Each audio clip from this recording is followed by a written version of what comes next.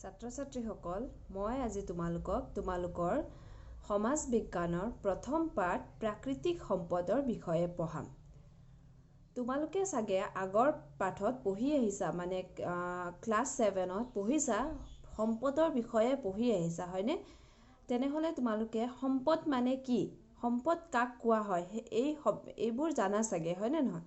তথাপিও মই তোমালোকক কৈ দিম, সম্পদ হ'ল, এই সম্পদ শব্দৰ অৰ্থ জানিলেহে তোমালোকে বাকীবোৰ বুজি পাবা, হয়নে নহয়?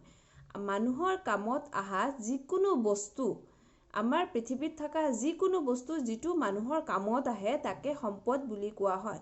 মানে আমাৰ প্ৰয়োজনীয় বস্তু, আমি প্ৰয়োজন কৰিব পাৰা যিকোনো বস্তুকে, আমি প্ৰয়োজন কৰিব পাৰা সকলো বস্তুকে সম্পদ বুলি কোৱা হয়। আমাৰ পৃথিৱীত, আমাৰ পৰিৱেশত বহুত বস্তু আছে, হয়নে নহয়? আমি সকলোবোৰ বস্তুকে সম্পদ বুলি কওঁনে? নকওঁ। যিটো বস্তু আমাৰ ব্যৱহাৰত নাহে সেই বস্তুক আমি সম্পদ বুলি নকওঁ। তোমালোকে এতিয়া ভাবিছা চাগে পৃথিৱীত থকা সকলো বস্তুৱে আমাৰ ব্যৱহাৰত আহে, হয়নে নহয়? কিছুমান বস্তু আমি মানৱ জাতিয়ে এতিয়ালৈকে ব্যৱহাৰ কৰিব জানা নাই, বা এতিয়ালৈকে আমি ব্যৱহাৰ কৰা নাই, তেনেকেই পৃথিৱীত আছে। সেই বস্তুবোৰক সম্পদ বুলি কোৱা নহয়। আৰু যিবোৰ বস্তু আমি ব্যৱহাৰ কৰিছোঁ, যেনেকৈ মাটি, পানী, জল, বনজ সম্পদ, এই সকলোবোৰ শক্তি, এইবোৰ সম্পদ। মই তোমালোকক উদাহৰণ এটা দিওঁ, যেনেকৈ লো ক'ত পোৱা যায়? আমাৰ পৃথিৱীৰ মাটিৰ তলত পোৱা যায়, হয়নে নহয়? ভূগৰ্ভত লো পোৱা যায়। আৰু এই লো যেতিয়ালৈকে মানুহে ইয়াৰ ব্যৱহাৰ কৰিব জনা নাছিল, তেতিয়ালৈকে ইয়াক সম্পদ বুলি কোৱা হোৱা নাছিল। যেতিয়া মানুহে ইয়াৰ ব্যৱহাৰ বুজিলে বা জানিলে, তেতিয়াহে এই বস্তুটোক সম্পদ বুলি কোৱা হৈছে।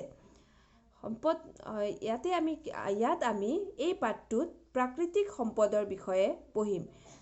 যিহেতু তোমালোকে আগৰ ক্লাছবোৰত সম্পদৰ বিষয়ে পঢ়ি আহিছা, সেয়েহে আমি প্ৰাকৃতিক সম্পদৰ বিষয়ে পঢ়িম।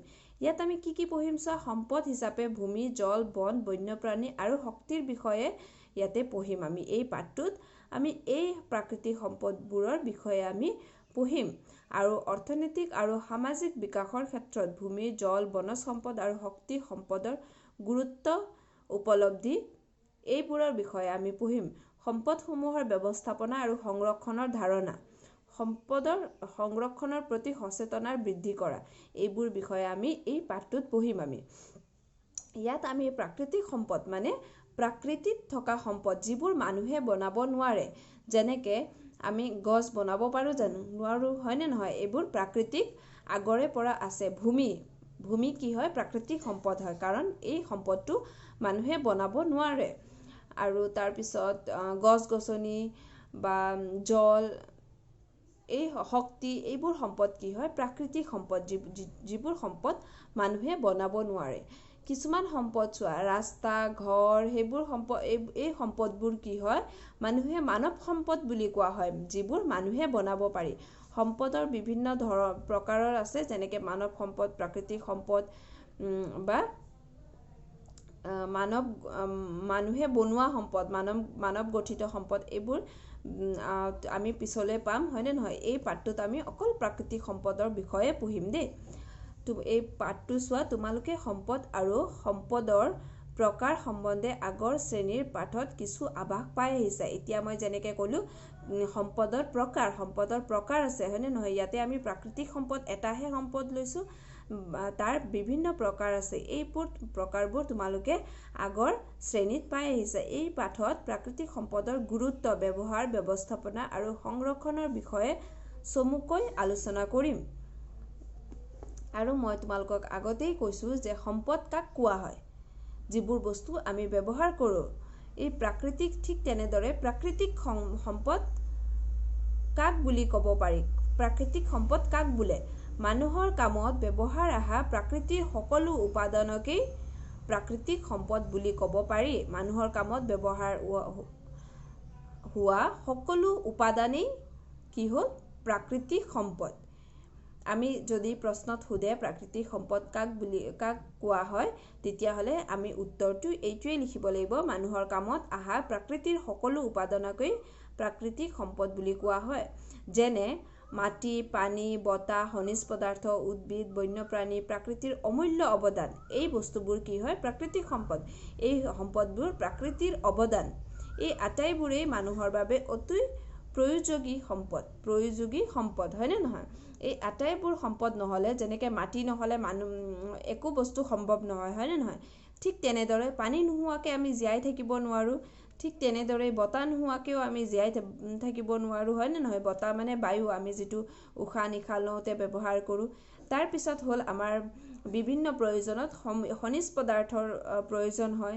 উদ্ভিদ এটা প্ৰয়োজনীয় অংশ আমাৰ জীৱন প্ৰণালীৰ। বন্যপ্ৰাণী আদি প্ৰাকৃতিৰ অমূল্য অৱদান। বুজি পাইছা চাগে? আৰু এতিয়া আমি এই সকলোবোৰ সম্পদ আমি একদম বহলাই পঢ়িম। যেনেকৈ ভূমি সম্পদ। ভূমি এটা সম্পদ, হয়নে নহয়? আমাৰ পৃথিৱীৰ উপৰিভাগৰ 29% হৈছে ভূমি। আমাৰ পৃথিৱীৰ কিমান শতাংশ ভূমি? 29% ভূমি। আৰু এই ভূমিয়ে জীৱ জগতৰ আধাৰ। আৰু এই 29% ভূমি হ'লে কিমান শতাংশ পানী? 71% পানী, হয়নে নহয়? এই ভূমিয়ে জীৱ জগতৰ আধাৰ। এই ভূমিৰ ওপৰতে আমি নিৰ্ভৰ, হয়নে নহয়? মানুহৰ অন্ন, বস্ত্ৰ, বাসস্থান আৰু ইন্ধনৰ মূলতেই হৈছে ভূমি সম্পদ। আমি যিবোৰ খোৱা বোৱা, থকা বা পিন্ধা, এই সকলোবোৰৰ আমি কিহৰ ইন্ধন, এইবোৰ আমি ক'ৰ পৰা পাওঁ? ভূমিৰ পৰা। সেইদৰে উদ্ভিদ আৰু প্ৰাণীৰ স্থিতি আৰু বিকাশো ভূমি সম্পদৰ ওপৰতে নিৰ্ভৰশীল। উদ্ভিদ ক'ত থাকে? ভূমিত থাকে, মাটিত থাকে, হয়নে নহয়? পানী, এইবোৰ সকলোবোৰৰ বিকাশ কাৰ ওপৰত নিৰ্ভৰশীল? ভূমিৰ ওপৰত। ভূমিৰ ওপৰত ভিত্তি কৰিয়ে আমাৰ কৃষি, শিল্প, যাতায়াত, যোগাযোগ আদি গঢ় লৈ উঠিছে। অৰ্থাৎ মানুহৰ সভ্যতা, সংস্কৃতি, অৰ্থনীতি আদিৰ ক্ষেত্ৰতো ভূমি বা মাটিৰ ভূমিকা সৰ্বাধিক। এইটোতো তোমালোকে জানাই চাগে, এইটো ক'ব লগা একো নায়েই, হয়নে নহয়? ভূমি নহ'লে আমি একো কৰিব নোৱাৰোঁ। কৃষি কাৰ্য, শিল্প কাৰ্য, যাতায়াত, এইবোৰ গোটেইবোৰ আমি ভূমিৰ যোগেদিহে সম্ভৱ। অৰ্থাৎ মানুহৰ সভ্যতাৰ সৃষ্টিটোৱে ভূমিৰ দ্বাৰাই হৈছে। সংস্কৃতি, অৰ্থনীতি আদিৰ ক্ষেত্ৰত ভূমি বা মাটিৰ ভূমিকা সৰ্বাধিক, হয়নে নহয়? আজিকালি কি হৈছে? ভূমি বা মাটি অসীম নহয়, সেইটো তোমালোকে জানা। মাটি বাঢ়ি যাব পাৰে নেকি? বেছি হৈ যাব পাৰে নেকি? যেনেকৈ অসমৰ মাটিকালি কিমান বুলি ক'লে তোমালোকে যিটো মাটিকালি কোৱা, সেই মাটিকালিটো আকৌ পিছৰ বছৰ বেছি হৈ যায় নেকি? নাযায়, হয়নে নহয়? সেই তেনেদৰে মাটিকালি বা মাটি বাঢ়ি নাযায় বা সীমিত। কিন্তু পৃথিৱীৰ জনসংখ্যা, মানুহ কি হয়? দিনে দিনে বাঢ়ি গৈ আছে, হয়নে নহয়? সেয়েহে মাটিৰ ব্যৱহাৰটো বেছি হৈ আছে আৰু মাটিৰ মানুহৰ অনুপাতে ব্যৱহাৰযোগী মাটিৰ অভাৱ হ'বলৈ ধৰিছে এতিয়া, হয়নে নহয়?